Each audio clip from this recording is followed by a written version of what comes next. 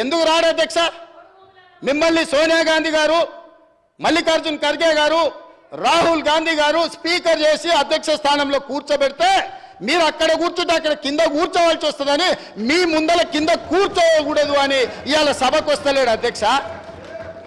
ఏ దళితునైతే ముఖ్యమంత్రిని చేస్తాను దళితులను మోసగించిండో, ఏ దళితుని ఉప ముఖ్యమంత్రిగా చేసి అకారణంగా బర్తరఫ్ చేసిండో, ఇవాళ వాళ్ళని అవమానించిన చంద్రశేఖరరావు మైకులో మాట్లాడాలంటే ఒక దళిత బిడ్డను లేచి అధ్యక్ష నాకు మైక్ ఇవ్వు అని అడుక్కునే పరిస్థితి కాంగ్రెస్ తీసుకొచ్చింది అధ్యక్ష. అది కాంగ్రెస్ గురించి మాట్లాడే అర్హత మీకెక్కడుందని నేను అడుగుతున్నా. కాంగ్రెస్ గురించి మాట్లాడే నీతి జాతి సింగిల్ విండో డైరెక్టర్ పోస్టు చంద్రశేఖరరావుకి ఎవరిచ్చారు అధ్యక్ష? కాంగ్రెస్ పార్టీ ఇచ్చింది. కాంగ్రెస్ సింగిల్ విండో డైరెక్టర్ ఇస్తే ఓడిపోయింది అధ్యక్ష. ఓడిపోయినా కూడా సింగిల్ విండో చైర్మన్ చేసిన మదన్ మోహన్ గారు.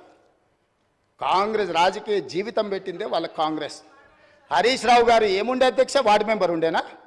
మీరున్నారు కదా ఆ రోజు ఎమ్మెల్యే వార్డు మెంబర్ లేని హరీష్ రావును రాష్ట్ర మంత్రిగా చేసింది రాజశేఖర రెడ్డి కాంగ్రెస్ పార్టీ కాదా అధ్యక్ష? ఇంతకంటే హీనమైన చరిత్ర ఎవరికైనా ఉంటుందా అధ్యక్ష? ఇన్ని విషయాలు ఉన్నా మేము ఇక్కడ ప్రస్తావించదలుచుకోలేదు అధ్యక్ష. అవన్నీ ఎందుకనంటే గొప్ప లక్ష్యంతో స్కిల్ యూనివర్సిటీ తీసుకొచ్చినాం, గొప్ప లక్ష్యంతో మాదిగ ఉపకళాలు వర్గీకరణ కోసం మేము ముందుకు వచ్చినాం. గొప్ప లక్ష్యంతో రైతు రుణమాఫీ చేసి రైతులను ఆదుకొని రుణ విముక్తులను చేసి తలెత్తుకొని ఆత్మగౌరవంతో రైతులు తిరిగే విధంగా ఇవాళ ముందుకు తీసుకెళ్ళాలి రైతులను మేము వస్తే, వచ్చిన కాడి నుంచి మైక్ ఇస్తేనేమో శాపనార్థాలు, మైక్ ఇవ్వకపోతేనేమో పోడియంలా మొత్తం సమయం తీయండి అధ్యక్ష. ఎన్ని గంటలు మాట్లాడినరో మీరు చూడండి అధ్యక్ష. ఎందుకు నడిపినరు అధ్యక్ష? మీరు అర్ధరాత్రి వరకు 3:30 వరకు వాళ్ళకి మైకి ఎన్నికనే కదా అధ్యక్ష. ఇది మీ గొప్పతనం కాదా? గతంలో బడ్జెట్తో పాటు గ్రాంట్స్ కానీ డిమాండ్స్ కానీ గిలిటన్ చేసి పాస్ చేసుకొని పోలేదా అధ్యక్ష? 5 సంవత్సరాలు నేను ఎమ్మెల్యేగా ఉంటే ఏ ఒక్కరోజు అక్కడ నిలబడనియలేదు అధ్యక్ష. లోపలికి వచ్చినప్పుడే మార్షల్స్ని పెట్టి గొర్రెలు నీడ్చినట్టు ఈడ్చి బజార్లో పడేసిండు అధ్యక్ష. మా సోదరుడు కోమటిరెడ్డి వెంకటరెడ్డి గారిని, మా మిత్రుడు సంపత్ కుమార్ గారిని శాసనసభ సభ్యత్వాలు రద్దు చేసి అన్యాయంగా చేయని శిక్షకు వాళ్ళను ఉరేసిండ్రు అధ్యక్ష. మేము అట్లా ప్రవర్తించినామా అధ్యక్ష? వాళ్ళు ఎంతసేపు అడిగితే అంతసేపు ధర్నా చేయనిచ్చినాం, అడిగి మాట్లాడినంతసేపు మైక్ ఇచ్చినాం, మంచి పనులకు సహకరించమని అడిగినాం. కాబట్టి ఇప్పటికైనా అధ్యక్ష పెద్ద మనసు చేసుకొని అక్కలు ఇక్కడ ఉన్నారు.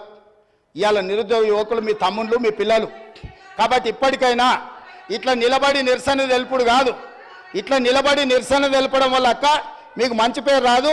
చెడ్డోని 10 ఇచ్చి వదిలించుకోవాలి, మంచోని 10 ఇచ్చి సావాసం చేయాలంటారు.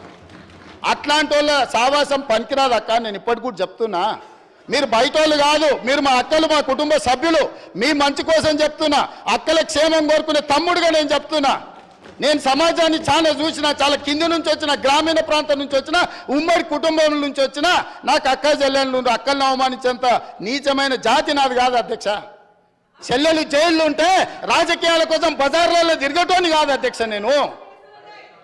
అందుకే అక్కలతో పాటు వాళ్ళకు కూడా నేను విజ్ఞప్తి చేస్తున్నా, రైతు రుణమాఫీని అభినందించండి, మాదిగల వర్గీకరణకు సహకరించండి, ఆర్డినెన్స్ తీసుకొస్తాం అవసరమైతే, లేకపోతే ప్రత్యేక శాసనసభ సమావేశాలు పెట్టి సుప్రీంకోర్టు ఇచ్చిన జడ్జిమెంటును ఇప్పుడు ఇచ్చిన నోటిఫికేషన్లలో కూడా మా మాదిగ బిడ్డలకు వర్గీకరణ ప్రకారం వాళ్ళకు రిజర్వేషన్లు అమలు చేయడానికి అవసరమైతే తమరి అనుమతి తీసుకొని మా మంత్రుల సహకారం తీసుకొని ప్రత్యేక సమావేశాలు పెట్టి మాదిగ సోదరులను ఆదుకుంటాం అధ్యక్ష.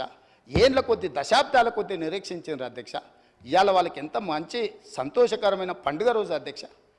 వాళ్ళ కళ్ళల్లో ఆనందం మనం 10 నిమిషాలు కూడా చూడలేమా అధ్యక్ష? ఎన్ని తరాలు వాళ్ళు నిరీక్షించారు ఈ రోజు కోసము. ఇవాళ ఇన్ని తరాలు నిరీక్షించి వచ్చిన ఒక మంచి అవకాశం వాళ్ళు పండుగ చేసుకునే సందర్భంలో మనం వాళ్ళకి సహకరించాలి కదా అధ్యక్ష. దేవతలు యజ్ఞాలు చేస్తుంటే రాక్షసులు భంగం కలగనికి వచ్చిర్రట.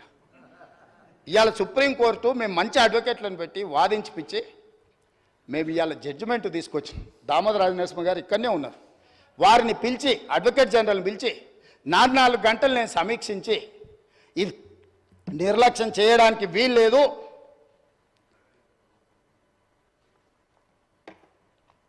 ఏళ్ల కొద్ది సాగడానికి వీలు లేదు, కోర్టుల ఏది ఏమైనా కేసు పూర్తి కావాల్సిందని నేను చెప్పిన అధ్యక్ష.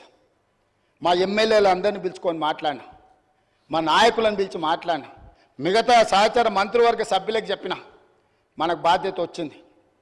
మనం ఇవాళ అధికారంలో ఉన్నాం, ప్రజాప్రభుత్వం ఏర్పడ్డదంటే ఆ బిడ్డలు మన పక్కన బలంగా నిలబడ్డారు, వాళ్ళని కాపాడే బాధ్యత మన మీద ఉందని చెప్పి ఉద్దండులైన న్యాయవాదులను పెట్టి కేసు వాదించి కేసును తుది తీర్పు కాన్స్టిట్యూషనల్ బెంచ్ నుంచి తీసుకొచ్చినాం అధ్యక్ష. ఇంత సంతోషకరమైన వార్త వాళ్ళకు వచ్చినప్పుడు ఆ పిల్లల్లో మనం కలిసిపోయి వాళ్ళ ఆనందంలో భాగస్వామ్యం తీసుకోవాలి అధ్యక్ష, పంచుకోవాలి వాళ్ళలో భాగం. ఎందుకంటే ఈ అధికారం వాళ్ళు ఇచ్చింది అధ్యక్ష. నేను అడుగుతున్నా ఈ సభలో ఇక్కడ ఉన్న వాళ్ళు ఎవరైనా, ముఖ్యంగా మా అక్కల్ని అడుగుతున్నా, ఆ దళిత బిడ్డలు ఓట్లు లేకుండా మీరు ఎమ్మెల్యేలు అయినా నేను ముఖ్యమంత్రి అయినా ఆ దళిత బిడ్డలు ఇవాళ సంతోషపడే రోజు వస్తే మన పట్టుదలలు పట్టింపులు పక్కన పెట్టి మన రాజకీయాలకు అతీతంగా ఎస్ ఈ బిడ్డల కోసం మేము నిలబడ్డాం, మా ఆత్మ గౌరవాన్ని ఒకవేళ అవమానించడానికి మేము భావించినా మా ఆత్మ గౌరవాన్ని కూడా మాదిగ బిడ్డల కోసం మేము ముందుకొచ్చి రాజకీయాలకు అతీతంగా మీకు అండగా నిలబడుతున్నాం అని మా అక్కలు మాట్లాడుంటే వారు విఘ్నత ప్రదర్శించే వాళ్ళు, మాదిగ బిడ్డలకు కూడా అక్కలై ఉండేవాళ్ళు, ఆ పెద్దక్కల్ని వాళ్ళు గౌరవించి ఉండేవాళ్ళు అధ్యక్ష. ఒక దొర చేతిలో దొర పండిన కుట్రలో ఇవాళ మా అక్కలు చిక్కుకొని ఇటు బయటికి రాలేక అటు లోపల ఉండలేక ఈరోజు మదన పడుతుంది. మీరైనా దారి చూపించండి అధ్యక్ష మా అక్కలకు. మీరైనా, మీకు కూడా దగ్గర చాలా పరిచయాలు ఉన్నాయి కదా, మీకు తెలుసు కదా అధ్యక్ష, నాకు తెలుసు కదా మీకున్న పరిచయాలు కానీ, అందుకే మీరైనా మార్గం చూపించండి అక్కలకు. అదేవిధంగా ఏది ఏమైనా ఈ స్కిల్ యూనివర్సిటీ మీద మా భారతీయ జనతా పార్టీ సభ్యులు, మా మిగతా సభ్యులందరూ కూడా ఈ స్కిల్స్ యూనివర్సిటీకి అండగా నిలబడ్డందుకు అందరి పక్షాన, తెలంగాణ నిరుద్యోగ యువకుల పక్షాన అండగా నిలబడ్డ ప్రతి ఒక్కరికి మనస్ఫూర్తిగా ధన్యవాదాలు తెలియజేస్తున్నా అధ్యక్ష. అదేవిధంగా మా ఎంఐఎం ఫ్లోర్ లీడర్ గారు సూచన చేసిండు అధ్యక్ష, సంతోషం. వారు ఇచ్చిన సూచనని పాటించడానికి మాకు ఎలాంటి అభ్యంతరం లేదు. వారు ఇచ్చిన సూచన మేరకే నేను కూడా లేచి మిమ్మల్ని రిక్వెస్ట్ చేసిన, వాళ్ళకి మైక్ ఇవ్వండి అధ్యక్ష, ప్రధాన ప్రతిపక్షం మాట్లాడాలని. మైక్ తీసుకున్నారు, మాట్లాడినరు, వాకౌట్ చేసి వెళ్ళిపోయినారు అధ్యక్ష. ఇదా అధ్యక్ష? మా మిత్రుడు కూడా అర్థం చేసుకోవాలి, మాట్లాడేసి మైక్ ఇస్తే మాట్లాడతాం, మేము ఏది వినాం, మేము పోతాం. ఏం పద్ధతి అధ్యక్ష? ఏం పద్ధతి? మీరు మైక్ ఇవ్వనంతసేపు ఇక్కడ ఉన్నారు, ఎవరిని మాట్లాడనియలే, మైక్ ఇచ్చిన ఎంబడే మాట్లాడేసి వాకౌట్ చేసి వెళ్ళిపోయినారు అధ్యక్ష. ఇదే నా అధ్యక్ష న్యాయము. అందుకే ఇక చర్చలు వాళ్ళ నుంచి మనం ఏం ఆశించలేము అధ్యక్ష. వాళ్ళ నుంచి ఏమన్నా ఆశిస్తే కుక్కతోక పట్టుకొని గోదావరి ఈదినట్టే అవుతుంది అధ్యక్ష. కుక్కతోక కట్టె కట్టినంతసేపే చక్కగా ఉంటుంది అధ్యక్ష, కట్టె తీయంగానే అది 3 వంకర్లు తిరుగుతూనే ఉంటుంది. వాళ్ళ బుద్ధి కూడా గట్లాంటిదే. వాళ్ళకు దేవుడు జ్ఞానం ప్రసాదించాలని కోరుకుంటూ ఈ స్కిల్స్ యూనివర్సిటీ బిల్లును ఆమోదింపజేసి 4 గంటలకి ఇక్కడ నుంచి అందరు ఎమ్మెల్యేలకు, మంత్రులకు నేను మా శ్రీధర్ బాబు గారి తరఫున ఆహ్వానం పలుకుతున్న. ముచ్చెర్లలో 4 గంటలకు స్కిల్స్ యూనివర్సిటీ ప్రారంభోత్సవ కార్యక్రమం టెంకాయం కొట్టుకుంటున్నాం, ఒక మంచి శుభకార్యం పెట్టుకున్నాం. మీరందరూ కూడా రావాల్సిందిగా ఆహ్వానిస్తూ మీ దగ్గర సెలవు తీసుకుంటున్నా అధ్యక్ష.